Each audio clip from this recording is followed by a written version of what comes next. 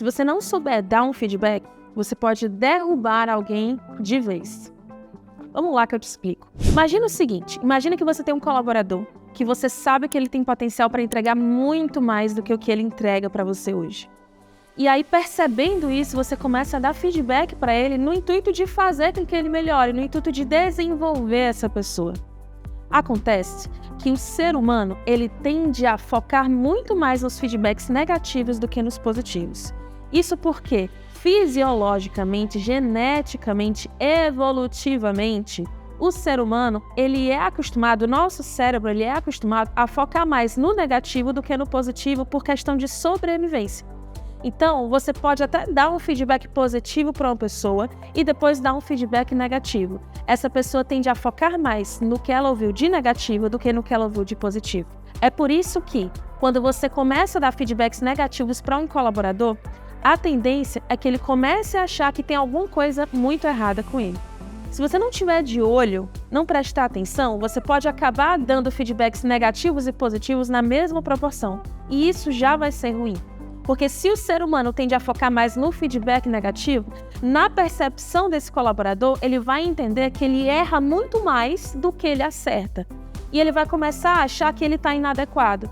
Ou pode começar a se sentir também injustiçado, porque ele pode ter a percepção também de que você só vê os erros dele, nunca vê os acertos. Os dois caminhos são muito negativos, porque se ele começa a se sentir inadequado, se sentir incapaz, isso vai derrubar ainda mais a performance dele, porque isso vai mexer com a autoestima, com a autoconfiança desse colaborador.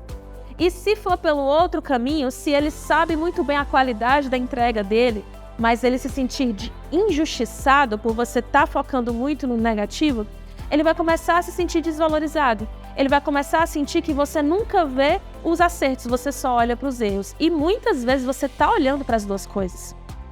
Então, qual é o cuidado que você, como líder, como gestor, tem que ter? A proporção de elogios, de feedbacks positivos tem que ser maior do que os feedbacks negativos.